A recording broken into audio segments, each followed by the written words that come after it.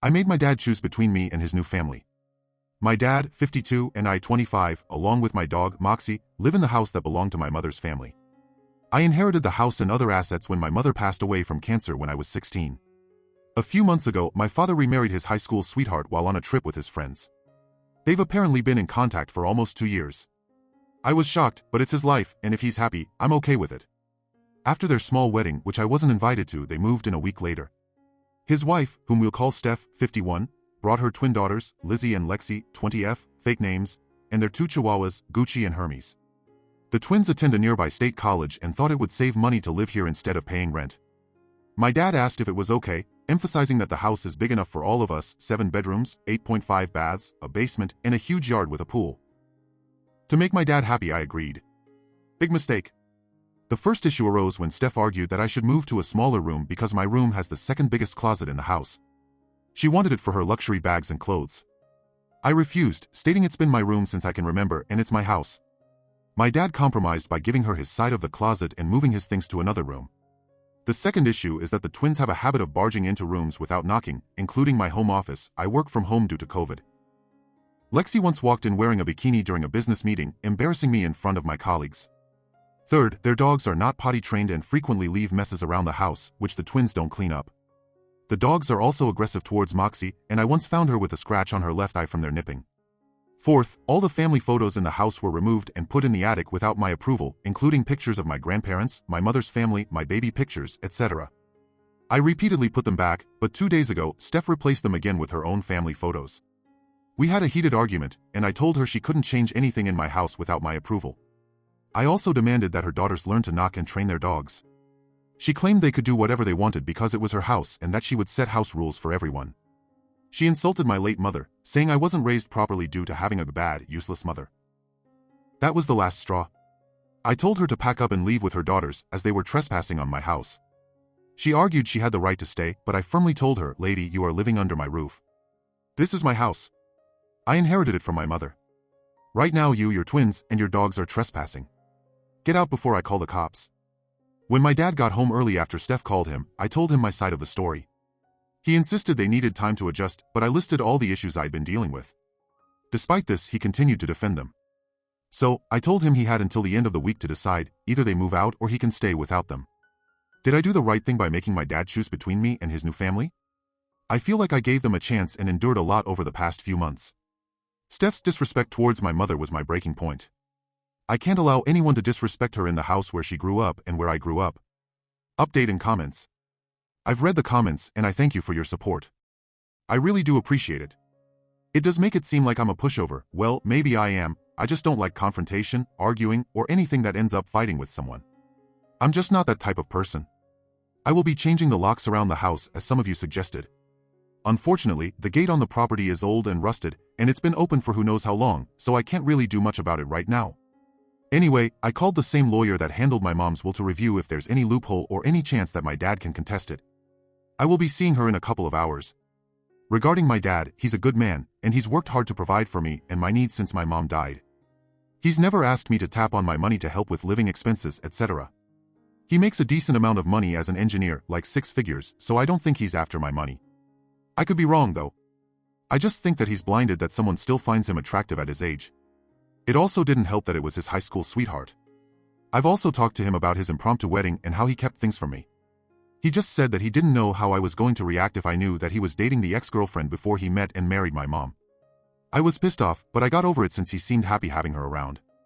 I don't know what their whole history is or if there's bad blood between her and my mom to make her lash out like that and disrespect her. Steph and her evil spawns are staying somewhere in town. I have no idea where, and I don't care or want to find out. They have the money to take care of themselves, and if they run out, they always have their luxury bags to sell. Honestly, who needs so many bags that they require a whole closet just to store them? If anyone's wondering where my relatives are, well, my mom was the only child, and her grandparents left her everything. When my mom died, I got most of what she inherited. She left some to my dad as well. My grandparents on my dad's side live about 6 hours away with my uncles and aunts. It's literally just me and my dad here and Moxie. Moxie is doing well. She's happier and seems to enjoy the quietness around the house. Update. I spoke with my mother's previous lawyer, Amy, about the issue on Saturday and asked if there's a way to contest the will. She showed me the documents, and Mai and I both signed an agreement, in summary, that we agreed on what was left to us and that we would not contest it in the future. Mom for the win. She also advised them to give them at least 30 days to find a place and move out to avoid any legal troubles, etc. So the inheritance issue is solved. Saturday night, I was supposed to have dinner with just my dad. Apparently, a private discussion between father and daughter is a whole family affair. Stephanie and her twins were there.